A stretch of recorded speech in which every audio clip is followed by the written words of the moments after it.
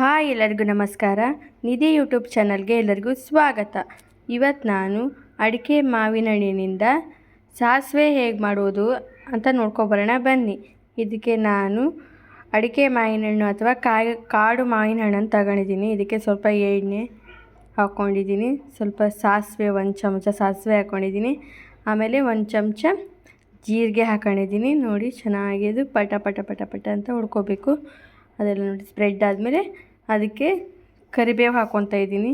ನೋಡಿ, ನಂತರ ಅದಕ್ಕೆ 2 ಒಣಮೆಣಸು ಹಾಕ್ಕೊಂಡು ಸ್ವಲ್ಪ ಫ್ರೈ ಮಾಡ್ಕೋಬೇಕು. ನಂತರ ಅದಕ್ಕೆ ಈಗ ನಾನು ಬೆಳ್ಳುಳ್ಳಿ ಹಾಕ್ಕೊಂಡಿದ್ದೀನಿ. ಬೆಳ್ಳುಳ್ಳಿ ಫ್ಲೇವರ್ ಇದೆ, ತುಂಬ ಚೆನ್ನಾಗಿರುತ್ತೆ.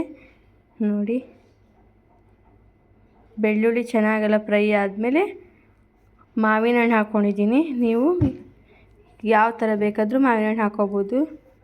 ಪೇಟೆಯಲ್ಲಿ ಸಿಗುವಂಥ ಮಾವಿನ ಹಣ್ಣು ತೊಗೊಂಡು ಬೇಕಾದ್ರೆ ಹಾಕ್ಕೋಬೋದು. ನಾನು ಅಡಿಕೆ ಮಾವಿನ ಹಣ್ಣು ತಗೊಂಡಿದ್ದೀನಿ. ಅದಕ್ಕೆ ಸ್ವಲ್ಪ ಅರಿಶಿನ ಪುಡಿ ಹಾಕ್ಕೊಂಡಿದ್ದೀನಿ. ನಂತರ ಅದಕ್ಕೆ 1 ಚಮಚ ಖಾರದ ಪುಡಿ ಹಾಕ್ಕೊಂಡಿದ್ದೀನಿ. ಸ್ವಲ್ಪ ರುಚಿಗೆ ತಕ್ಕಷ್ಟು ಉಪ್ಪು ಹಾಕ್ಕೊಂಡು ನೋಡಿ ಮಿಕ್ಸ್ ಮಾಡ್ಕೊತಾ ಇದ್ದೀನಿ. ಚೆನ್ನಾಗಿ ಮಿಕ್ಸ್ ಮಾಡ್ಕೋಬೇಕು. ಒಂದ್ಸಲಿ ಮಿಕ್ಸ್ ಮಾಡ್ಕೊಂಡಿದ ನಂತರ ಇದಕ್ಕೆ ಬೆಲ್ಲ ಹಾಕ್ಕೋಬೇಕು.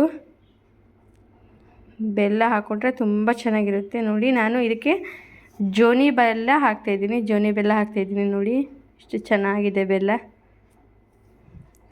ಜೋನಿ ಬೆಲ್ಲ ಹಾಕ್ಕೊಂಡು ಇದನ್ನು ಒಂದು ಸತಿ ತಿರ್ಸ್ಕೋಬೇಕು, ಮಿಕ್ಸ್ ಮಾಡ್ಕೋಬೇಕು. ಚೆನ್ನಾಗಿ ಮಿಕ್ಸ್ ಮಾಡ್ಕೊತೀನಿ. ನೋಡಿ, ಬೆಲ್ಲ ಹಿಂಗೆ ಗಟ್ಟಿಯಾಗಿದೆ, ಎಲ್ಲ ಚೆನ್ನಾಗಿದೆ.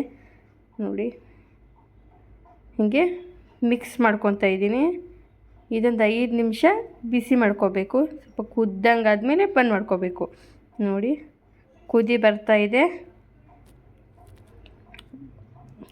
ತುಂಬ ಚೆನ್ನಾಗಿರುತ್ತೆ ಫ್ರೆಂಡ್ಸ್. ನೀವು ಒಂದ್ಸಲ ನಿಮ್ಮ ಮನೇಲಿ ಟ್ರೈ ಮಾಡಿ.